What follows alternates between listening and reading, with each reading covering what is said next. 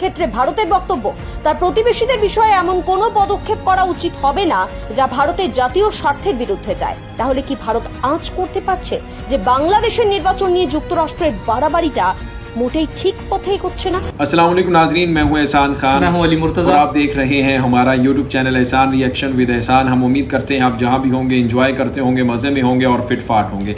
अच्छा viewers, Indian media की एक रिपोर्ट है और वेस्ट बंगाल मीडिया इसके ऊपर बात कर रहा है। बांग्लादेश, अमेरिका और फिर अमेरिका जिस तरह से सैंक्शंस और वीज़े के ऊपर कह रहा है कि मैं पाबंदी लगा दूंगा बांग्लादेश के ऊपर, इस तरह की जो धमकी दे रहा है उसको लेकर जिस तरह से स्टैंड लिया है शेख हसीना ने, अब इंडियन मीडिया कह रहा है कि जो इंडिया है वो खड़ा हो गया है बांग्लादेश के साथ। क्योंकि देखें, जो इंडिया के ताल्लुकात अमेरिका के साथ भी बहुत ही क्लोज है, उसका अच्छा दोस्त है, लेकिन वो अपने दोस्त को छोड़ता हुआ नजर आ रहा है बांग्लादेश के हक में। क्यों बांग्लादेश की खातिर छोड़ रहा है अमेरिका? क्यों छोड़ रहा है, सवालिया निशान है। वजह क्या है भाई, बांग्लादेश की खातिर इंडिया इतना बड़ा स्टेप क्यों ले रहा है? इस मेन वजह जानने के लिए आपने हमारी ये पूरी वीडियो देखनी है और इसके बाद मैं आपको बताऊंगा, मुर्तज़ा आपको बताएंगे कि किस तरह से जनाब जो इंडिया है वो अपने पक्ष में लेना चाह रहा है, नहीं तो फिर बांग्लादेश क्या करेगा। बांग्लादेश के पास दो बड़े ऐसे कार्ड्स हैं जो वो खेलते ही जिससे सब के सब नष्ट हो जाएंगे। उससे जो अमेरिका है उसको समझ में नहीं आएगी ये बांग्लादेश ने क्या करे। देखें वो चाहता है कि जो ओपोजिशन है, बांग्लादेश की जो ओपोजिशन पार्टी है, उसको किसी ना किसी तरीके से, जिस तरह से रजीम चेंज पाकिस्तान में किया, शहबाज शरीफ की हुकूमत ले आए, और क्योंकि वो जी हजूरी वाली हुकूमत है, इसी तरह वो चाहते हैं कि बांग्लादेश की जो ओपोजिशन पार्टी है उसको वो हुकूमत में लेके और शेख हसीना की छुट्टी करें, और फिर जो ओपोजिशन हुकूमत आए उससे हम अपनी मर्जी के फैसले करवाएं। तो उन्हें कहा है ना कि एब्सोल्युटली नॉट, वो तो फिर सैन मार्टिन टापू और फिर उसके ऊपर वो नेवल बेस, वो खुलकर अपने फैसले करें। लेकिन शेख हसीना ने तो भाई स्टैंड लिया है। अब अमेरिका क्या कह रहा है कि free and fair elections, free and fair. और भाई पहले क्या धांधली होती थी, पहले भी फ्री एंड फेयर इलेक्शंस होते थे।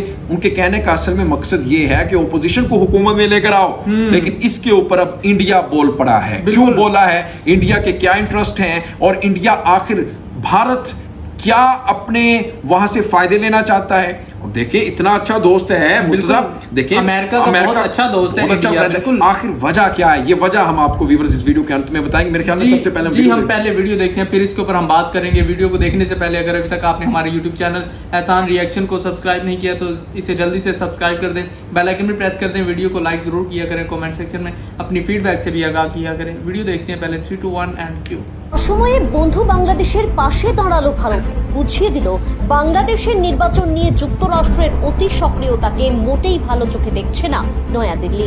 দিল্লিতে ভারত যুক্তরাষ্ট্রের বৈঠকে বাংলাদেশের নির্বাচন নিয়ে আলোচনায় ঠিক কি কি উঠে এসেছে। বাংলাদেশের পাশাপাশি নিজেদের স্বার্থও দেখলো ভারত। আসন্ন মোদির সফরে ঢাকার উদ্বেগ নিয়ে ওয়াশিংটনকে আর কি কি বলতে পারে নয়াদিল্লি, টপ সিক্রেট ফাঁস।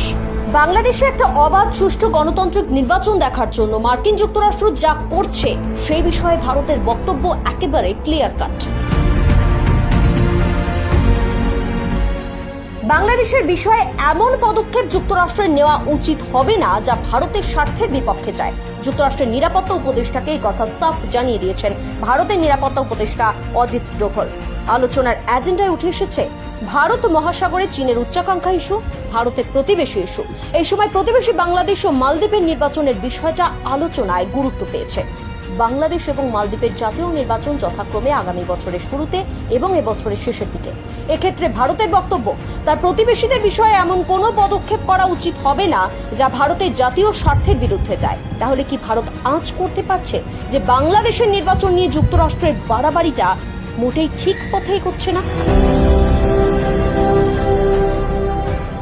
আসলে বাংলাদেশ নিয়ে বিশ্ব শক্তিগুলোর মেরুকরণ প্রকাশ্যে চলে এসেছে। কূটনৈতিক বিশ্লেষকদের অভিমত, এরকম প্রতিযোগিতা চলতে থাকলে বাংলাদেশ ক্ষতিগ্রস্ত হবে। এটা থামাতে ব্যর্থ হলে বিপদ বাড়তে পারে। তারা বলছেন বড় শক্তিগুলোর প্রতিযোগিতায় বাংলাদেশকে নিয়ে টানাটানি করা বিপজ্জনক। বাংলাদেশের সমস্যা নিজেদেরই সমাধান করা প্রয়োজন, কিন্তু তারপরেও অসময়ে বন্ধু বাংলাদেশের পাশে দাঁড়াচ্ছে ভারত। আসলে বাংলাদেশের জাতীয় নির্বাচন এগিয়ে আসার সঙ্গে সঙ্গে সে দেশের উপরে আমেরিকার ক্রমবর্ধমান চাপ নিয়ে শেখ হাসিনা সরকার নয়াদিল্লির কাছে ঘরোয়াভাবে উদ্বেগ প্রকাশ করেছে। আর তারপর থেকেই বিষয়টা নিয়ে ওয়াশিংটনের সঙ্গে কথা বলার পক্ষপাতী সাউথ ব্লক। ঠিক অন্য কোনো রাষ্ট্রের ভোট নিয়ে শেষ কথা বলবে কিন্তু সেই দেশের মানুষ, এটাই তো স্বাভাবিক, তাতে নাক গলানোর প্রশ্নও নেই ভারতের। কিন্তু কূটনৈতিক সূত্রের খবর, জাতীয় নিরাপত্তা উপদেষ্টা অজিত ডোভালের দপ্তর থেকে ঢাকাকে জানানো হয়েছে বর্তমান ভূ রাজনৈতিক প্রেক্ষাপটে বাংলাদেশের বর্তমান প্রশাসনের গুরুত্বের দিকটা প্রধানমন্ত্রী নরেন্দ্র মোদীর আসন্ন ওয়াশিংটন সফরে তুলে ধরা হবে। যদিও তার আগেই ভারত যুক্তরাষ্ট্রের নিরাপত্তা উপদেষ্টার বৈঠকের আলোচনায় বাংলাদেশ ইস্যু উঠে এসেছে চীন ইস্যু। ওয়াশিংটনকে বুঝতে হবে বাংলাদেশে এমন কিছু করা উচিত হবে না যাতে হাসিনা সরকার চীনের দিকে ঝুঁকে পড়ে।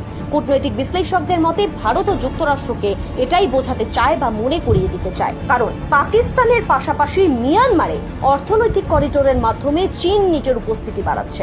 আগামী বছরগুলোতে বেইজিং ভারত মহাসাগরীয় অঞ্চল জুড়েও শক্তি প্রদর্শন করবে।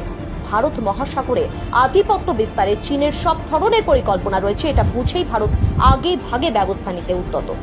সেক্ষেত্রে আসন্ন মোদীর ওয়াশিংটন সফরে দুই দেশের আলোচনায় বাংলাদেশ ইস্যু ফের উঠে আসে কিনা সেটাই এখন দেখার। व्यूअर्स, आपने वीडियो देखी और जो वेस्ट बंगाल का मीडिया है वो कि कहता हुआ नज़र आ रहा है कि बांग्लादेश के साथ इंडिया खड़ा हो गया है और बांग्लादेश ने जो स्टांस लिया है और शेख हसीना हुकूमत ने जो स्टैंड लिया है, अब भारत उसके साथ खड़ा हो गया है, यानी उसके हक में खड़ा हो गया। वो इसलिए खड़ा हुआ है क्योंकि अगर बांग्लादेश जनाब अमेरिका के खिलाफ तो खड़ा हो ही गया है, अब जाहिर बात है उसको किसी और की भी तो हमायत चाहिए इस खित्ते में, यानी साउथ एशिया में। वो फिर अब चाइना उसके साथ खड़ा हुआ, उसके साथ रशिया खड़ा हुआ है। अब इसीलिए बांग्लादेश को डर नहीं है, खौफ नहीं है। फिर शेख हसीना की हुकूमत आने वाली है, यानी ये रिपोर्ट आई है एक न्यूयॉर्क टाइम के अंदर कि नेक्स्ट जो हुकूमत है, एक सर्वे आया है, वो prime minister of Bangladesh Sheikh Hasina जो करंट है, नेक्स्ट हुकूमत भी उनकी है। बिल्कुल एक सर्वे है, तो इसीलिए उन्हें जो बहुत ज्यादा सपोर्ट है, पॉलिटिकल सपोर्ट बिल्कुल बहुत अब जो हिंदुस्तान है उसे ये खतरा है कि मैं अब अगर बांग्लादेश के खिलाफ कोई बात करता हूं तो मैं अपनी दोस्ती बांग्लादेश के साथ खराब कर लूंगा, क्योंकि नेक्स्ट जो हुकूमत है वो prime minister of Bangladesh Sheikh Hasina ही बनने जा रही है। बिल्कुल ऐसे ही है। यानी अब मैं शेख हसीना के साथ ताल्लुकात अच्छे ही रखूंगा, क्योंकि शेख हसीना इंडिया के लिए बहुत बेहतर हैं। और वो इस वजह से भी तो डर गए हैं ना, देखिए, क्योंकि बांग्लादेश ने आंखें दिखाई हैं एक सुपर पावर को, उनसे नहीं जिसके शेख हसीना जो है वो उनसे नहीं डरी और उन्हें आंखें दिखा दी हैं कि हम आपकी बात नहीं मानेंगे। क्यों नहीं? अच्छा, ये भी एक सवाल है, उन्हें आंखें जो दिखाई हैं क्यों दिखाई हैं? देखिए क्यों दिखाएंगे? बिल्कुल उनके पास चाइना है, नहीं, उनके साथ उसकी अवाम है। अवाम बिल्कुल। अब इमरान खान ने एब्सोल्युटली नॉट क्यों कहा था अमेरिका को? क्योंकि उसके साथ उसकी अवाम खड़ी हुई थी 25 करोड़। अब शेख हसीना, अब ताजा तरीन जो सर्वे है, रिपोर्ट सामने आ रही है, उसमें ये है कि 70% उसका वोट है। बिल्कुल। यानी वो फिर से प्राइम मिनिस्टर बन सकती हैं, बहुत पॉपुलर है वो बांग्लादेश में। इसलिए उसने एब्सोल्युटली नोट कहा, उसने कहा मैं अपनी मट्टी, मैं अपनी जमीन नहीं दूंगी किसी भी मुल्क को, कोई वो इधर आए और दहशत और टेरर फैलाए, यहाँ से अड्डे से कोई भी नेवल बेस बनाए और यहाँ से जहाज उड़ाए और किसी दूसरे मुल्क के ऊपर जाकर हमला करे, ऐसा नहीं मैं करने नहीं होने दूंगी। और इसीलिए उसने कहा है। अब जो भारत है वो चाहता है कि शेख हसीना के साथ ताल्लुकात अच्छे बनाने होंगे, नहीं तो फिर हमारी छुट्टी हो जाएगी और फिर जो बांग्लादेश है वो चाइना के पक्ष में चला जाएगा। फिर चाइना जो बुरा हाल किया है, आपने पास्ट में देखा लद्दाख बॉर्डर के ऊपर किस तरह से इनकी पटाई की है, पटाई हुई है भारतीय सूरमाओं की।